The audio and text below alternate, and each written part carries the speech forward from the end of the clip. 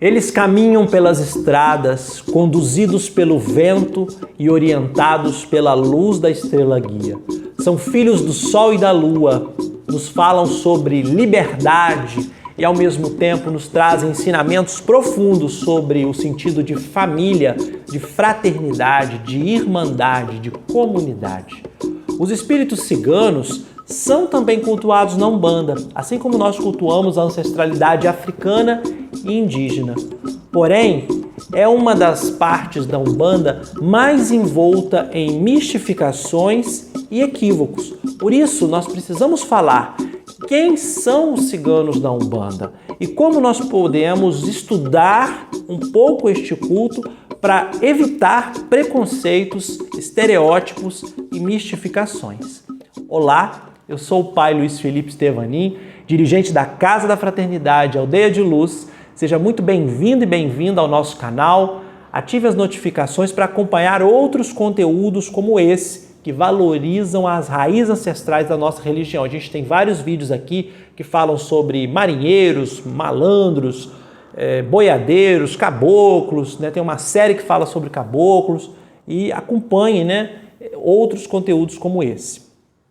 Quando a gente fala sobre cigano, a gente tem que fazer um caminho histórico para entender como que esse trabalho chegou na Umbanda.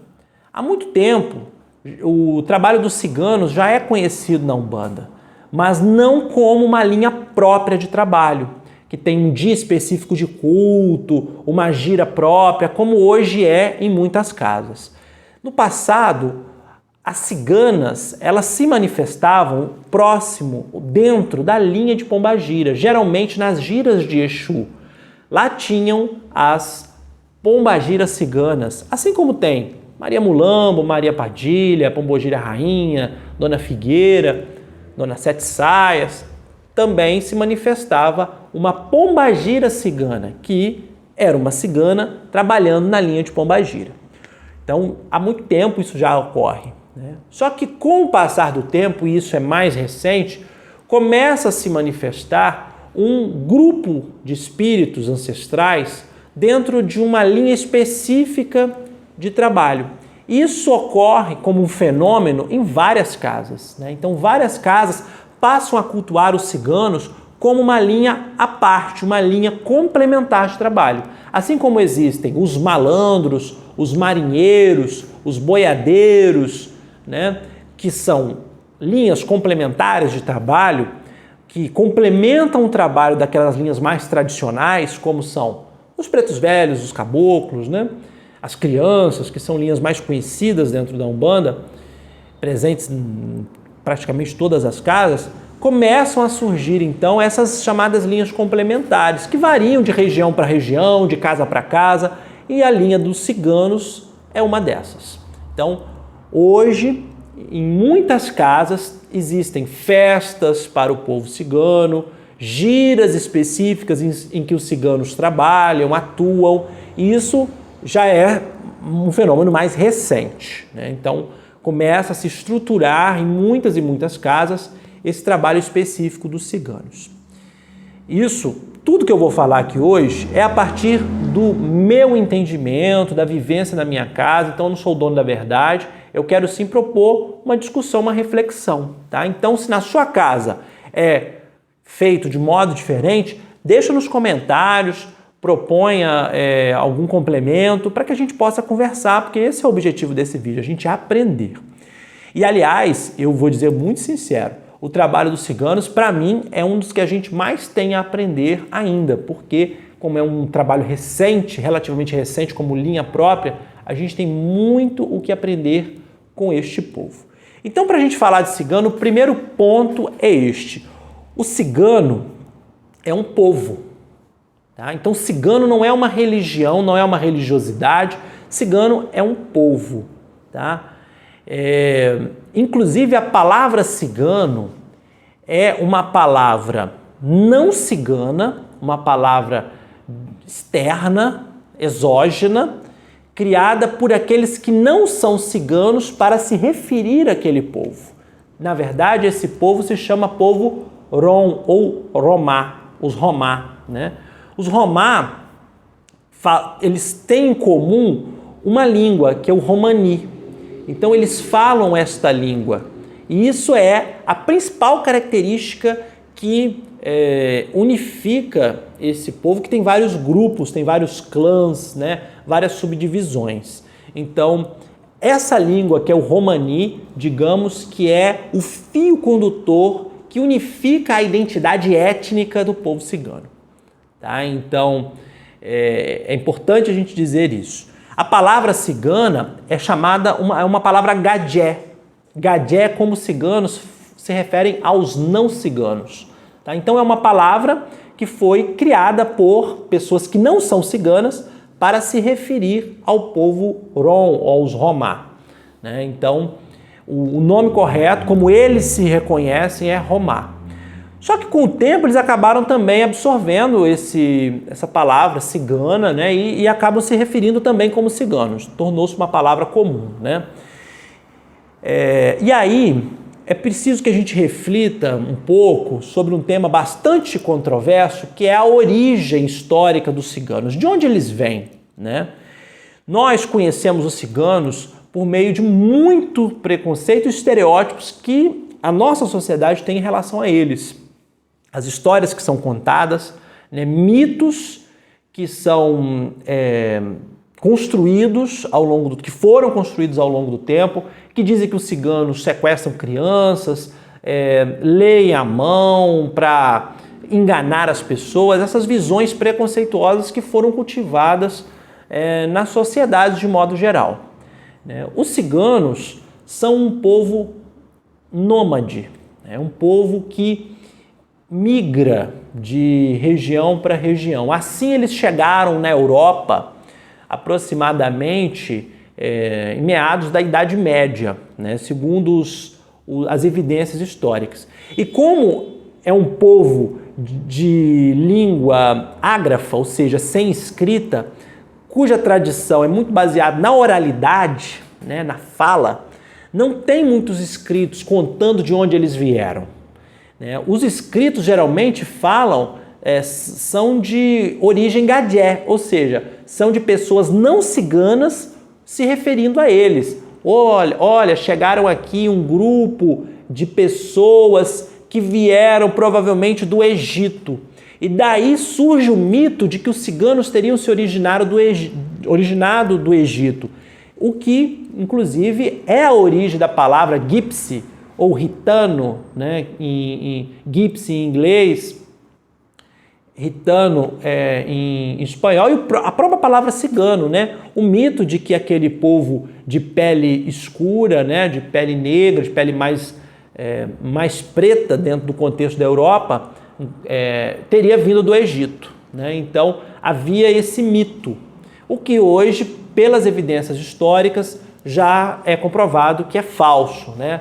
A principal hipótese, né, a mais aceita, é que os ciganos eles teriam vindo do continente indiano, né, de uma região da Ásia, e há mais de 1000 anos eles migraram daquela região. Não se sabe por quê.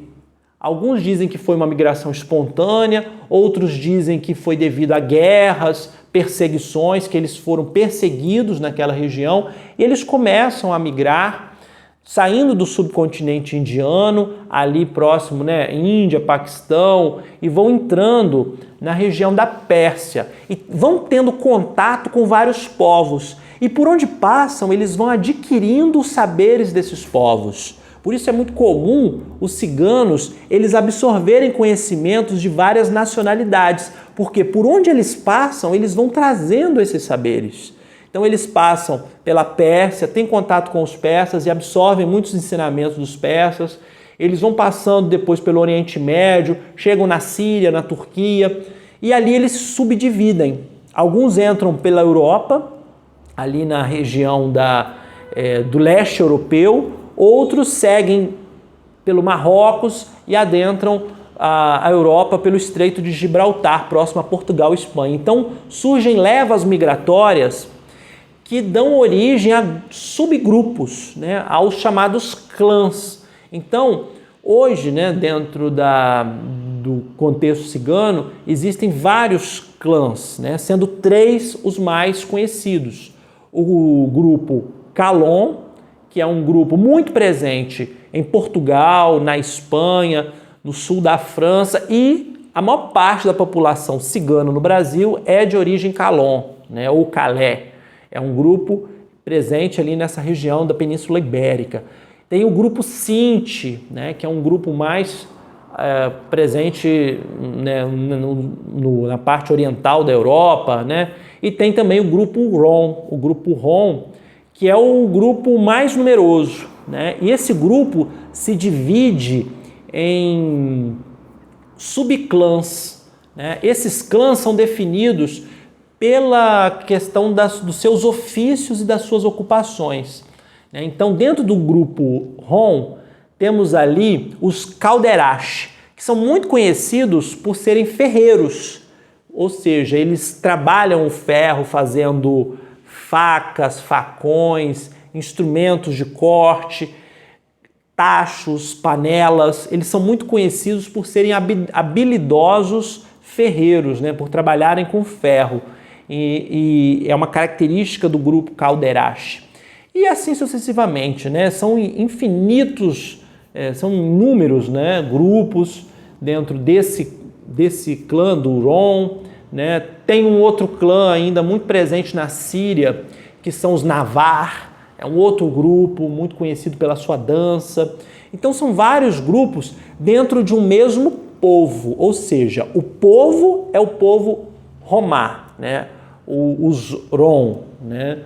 E esse povo se divide em vários grupos, mas todos têm uma origem comum, uma origem étnica comum. Isso é importante a gente entender porque, por exemplo, quando a gente fala de povos indígenas, ou seja, os povos originários do Brasil, eu sempre digo isso. Quantos povos são? Hoje no Brasil são 305 povos.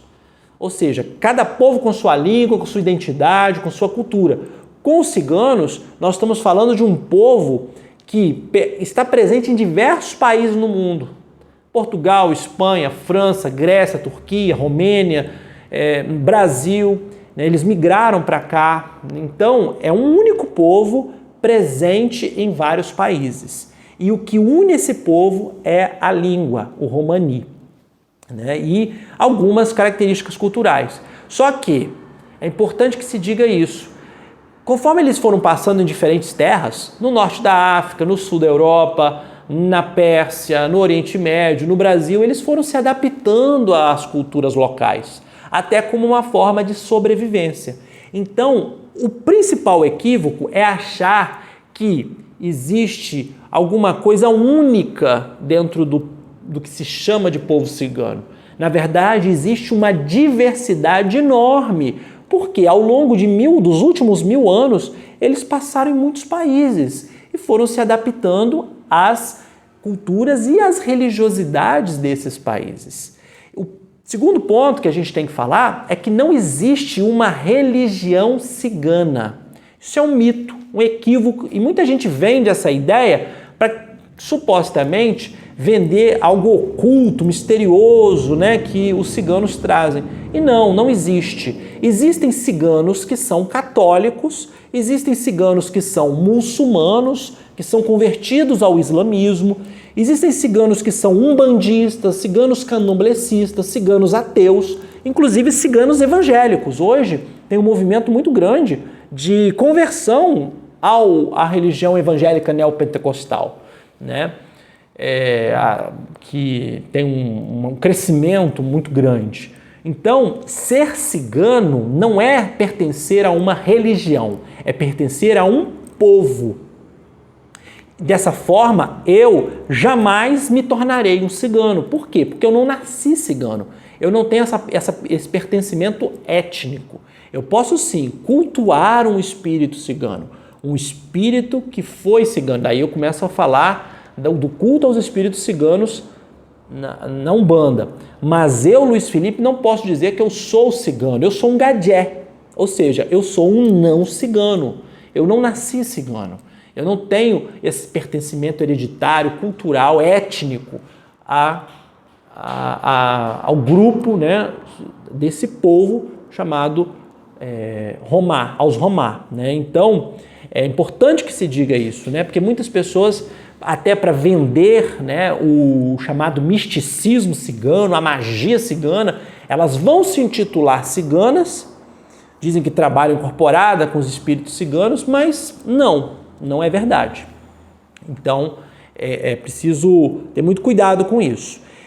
E eu falo tudo isso, minha gente, e quis fazer toda essa retrospectiva histórica, porque acho que é fundamental na Umbanda que a gente conheça o que a gente está falando, né? Que a gente não se baseie em achismos, que a gente não se baseie em visões que acabam gerando estereótipos, preconceitos, né? Eu vou dar um exemplo, o chamado baralho cigano, que muita gente utiliza. Esse baralho, ele não tem origem cigana, né? O baralho Lenormand, ele foi criado por uma pessoa francesa, uma mulher, que não era cigana, né? Então, não é propriamente um baralho cigano. Ele até pode ser utilizado por pessoas ciganas para fazer leitura da sorte, mas não é um baralho cigano. Então, é preciso ter esse entendimento. Algumas ciganas, principalmente mulheres, elas sim utilizam a leitura das mãos como uma forma de sobrevivência, porque nós estamos falando de um povo que foi perseguido, um povo que saiu da sua terra, que viveu como nômade, indo de um lugar para outro. Então eles encontravam recursos para sobreviver, e um deles era a leitura da sorte. Então é comum sim alguns grupos ciganos fazerem a leitura da sorte, tá? E para encerrar essa parte histórica, é preciso também dizer que os ciganos foram muito perseguidos durante a Inquisição, durante a Idade Média, foram muito perseguidos até recentemente pelo Holocausto. A gente fala do Holocausto sofrido pelos judeus, mas também houve perseguição dos nazistas na Alemanha contra os ciganos, né? Eles também foram para os campos de concentração, inclusive celebram hoje a liberdade e a memória das vítimas que foram exterminadas pelo nazismo, né? Então o cigano é um povo que fala sobre isso, sobre a unidade, sobre a união, sobre a capacidade de sobreviver, de se reinventar, dia após dia, de encontrar uma saída para as dificuldades. Então a gente sempre imagina, né, o povo cigano é aquele povo alegre, aquele povo festeiro. Sim, eles são alegres porque eles aprenderam a encontrar a alegria no meio da pobreza, no meio das perseguições, no meio das dificuldades que eles enfrentaram. Claro que muitas enriqueceram, né? Existem ciganos que enriqueceram, aliás, porque são, como eu estou dizendo, né? São grupos diversos. Então tem ciganos ricos, tem ciganos pobres, tem ciganos que passaram muitas dificuldades, tem ciganos que tiveram uma vida mais abastada, porque é isso, é um povo que está em vários países e que tem uma diversidade muito grande de vivências, de trajetórias. E vamos falar um pouquinho sobre o culto aos ciganos na Umbanda. A Umbanda é uma religião afro-indígena brasileira que acolhe as espiritualidades que formaram a terra brasileira. Então, na essência, a Umbanda se forma a partir das espiritualidades africanas e indígenas, no plural, das muitas Áfricas e dos muitos povos originários. Esses povos originários e os povos africanos são a base formativa da Umbanda. Só que ela é uma religião que acolhe, é uma religião de acolhimento, e ela recebe outras ancestralidades. E a própria ancestralidade africana, ela é muito presente no Brasil, desde a origem, né, do processo de colonização, o contato com os europeus, já vinham ciganos, né? Há registros de que vieram os primeiros ciganos, os Calon, para o Brasil, em 1570, por volta ali desses primeiros anos de colonização. Então, os ciganos sempre estiveram presentes no Brasil.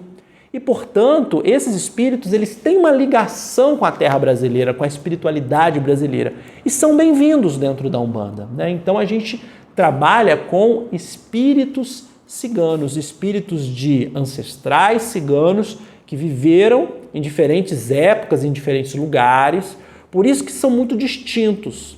Notem, como eu disse lá na história, os ciganos passaram por vários lugares. Eles passaram pelo deserto, né, pelo norte da África, eles foram para regiões frias, né, na Romênia, na Alemanha, inclusive na Romênia eles foram escravizados durante muitos séculos, né? Escravizados por uma figura histórica, que é o Vlad III, que dá origem ao mito do Conde Drácula, né? O Conde Drácula ele foi um personagem histórico que existiu, que foi um imperador, né, dessa região ali, que escravizava os ciganos. Então, eles viveram contextos de vida muito diversos e também contextos dentro da da Península Ibérica, Portugal, Espanha, e vieram para o Brasil. Então, os espíritos ciganos são estes ancestrais, né, que pertencem a este povo, ao povo Huron, aos Omá, e que se manifestam na Umbanda, assim como manifestam-se na Umbanda os caboclos, os pretos velhos, Exus, pombagiras, marinheiros, malandros, né, enfim, distintas linhas de trabalho. Os ciganos, eles trabalham, e aí eu vou falar a partir da minha vivência da nossa casa. Trabalham com flores, perfumes e cristais, invocando as essências da natureza. Em muitas casas, há uma gira de ciganos que é muito feita à parte, né? Ela acontece num dia à parte, em que geralmente não há atabaque, né? É como se fosse um culto mesmo diferente da Umbanda mais habitual. Na nossa casa, nós cultuamos junto com os outros espíritos, ou seja, nós fazemos sim uma sessão festiva, uma gira festiva para a Umbanda, para os ciganos dentro da Umbanda, mas nós tocamos atabaque, tem alguns pontos, a gente canta também com o atabaque, né? E eles se manifestam nas cantigas, né? Os chamados pontos cantados. Eles utilizam alguns instrumentos, podem utilizar pandeiro, panderola, né? Usam lenços, né? Que são formas de trabalhar, né? Os ciganos, na Umbanda, eles estão muito ligados ao culto à Santa Sara. É importante a gente falar da Santa Sara também. A Santa Sara é uma santa popular, né, na região do sul da França, na Península Ibérica, e ela é considerada uma das padroeiras do povo cigano. Por que eu digo uma das padroeiras? Porque ela é popular nesse grupo, principalmente entre os Calon. Ela não é muito conhecida fora dali, tá? É uma santa que tem um culto muito regional nessa região da França e Portugal, Espanha, e que por isso veio para o Brasil, né? É chamada de Santa Sara Cali ou Santa Sara La Negra, porque ela era de pele escura, né? De pele preta, e foi acolhida pela devoção cigana, né? Há relatos que dizem, né, que Santa Sara era uma mulher escravizada que foi acolhida pelos ciganos, pela ancestralidade cigana, e, portanto, muitos grupos têm devoção a Santa Sara. Mas é preciso que se diga o seguinte: a devoção a Santa Sara está presente, sobretudo nos ciganos católicos, né? Por exemplo, os ciganos muçulmanos, ciganos budistas ou ciganos evangélicos não têm o culto a Santa Sara, né? O culto dela, por isso que eu digo, ela é muito presente nessa região da Europa, Portugal, Espanha, sul da França, e que veio para o Brasil também. É uma santa que traz prosperidade, que traz proteção à família, e como ela é muito conhecida pelos seus lenços, existe esse costume de ofertar um lenço para a Santa Sara. E é por isso também que as ciganas na Umbanda, elas se manifestam muitas vezes com seus lenços coloridos, rememorando esse mito, esse símbolo de devoção a Santa Sara. Os ciganos nos trazem ensinamentos sobre liberdade, sobre respeito, como eles sofreram muitas perseguições, eles mantiveram a sua união, o seu sentido de família, de clã, ajudando-se uns aos outros. Vou falar um pouquinho sobre o entendimento que a gente tem do trabalho do povo cigano na nossa casa. Com o tempo, nós identificamos que eles trabalham com os elementos da natureza: terra, fogo, água e ar. E assim nós percebemos uma relação dos espíritos ciganos com alguns orixás, principalmente com as Iabás, Oxum, Iemanjá, Inhansã, Nanã, mas também com Xangô, o Senhor do Fogo, com Ogum, o Senhor das Estradas, uma relação com Oxumaré, que é o orixá do arco-íris. Então isso foi uma percepção da nossa casa. Não sei se em outras casas é assim, mas nós identificamos que os ciganos trabalham com águas perfumadas, com flores, com cristais, e com o tempo a gente foi identificando essa relação com alguns orixás. O culto aos espíritos ciganos é bem-vindo na Umbanda, eu vejo com bons olhos. Só acho que a gente tem que fazer isso de modo responsável, com ética, entendendo que nós não podemos mistificar, que a gente não pode buscar proveito próprio, como infelizmente a gente vê por aí, as pessoas que se aproveitam da etnia cigana, da ancestralidade cigana, para vender aquela ideia de levo facilidades para a sua vida, faço trabalhos de amarração, trago vida fácil, dinheiro, sucesso, como se o cigano fizesse uma mágica, como se ele tivesse uma bola de cristal e ali ele identificasse tudo que há de errado na sua vida e ele resolvesse a sua vida num estalar de dedos. Não é assim que acontece, não é esse o entendimento que nós temos. Acho sim que os ciganos trabalham com a prosperidade, mas eles nos ensinam a ser prósperos. Eles nos ensinam a ter o coração próspero para que as boas sementes lançadas pela espiritualidade possam germinar.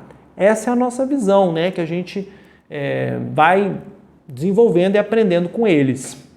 Que os ciganos possam trazer leveza, alegria e união aos nossos caminhos. Que nossos caminhos possam ser abençoados pela força, pelo perfume, pelas flores e pelos lenços de Santa Sara. Axé, Saravá, salve o povo cigano, Optcha, Opre Roma. Axé.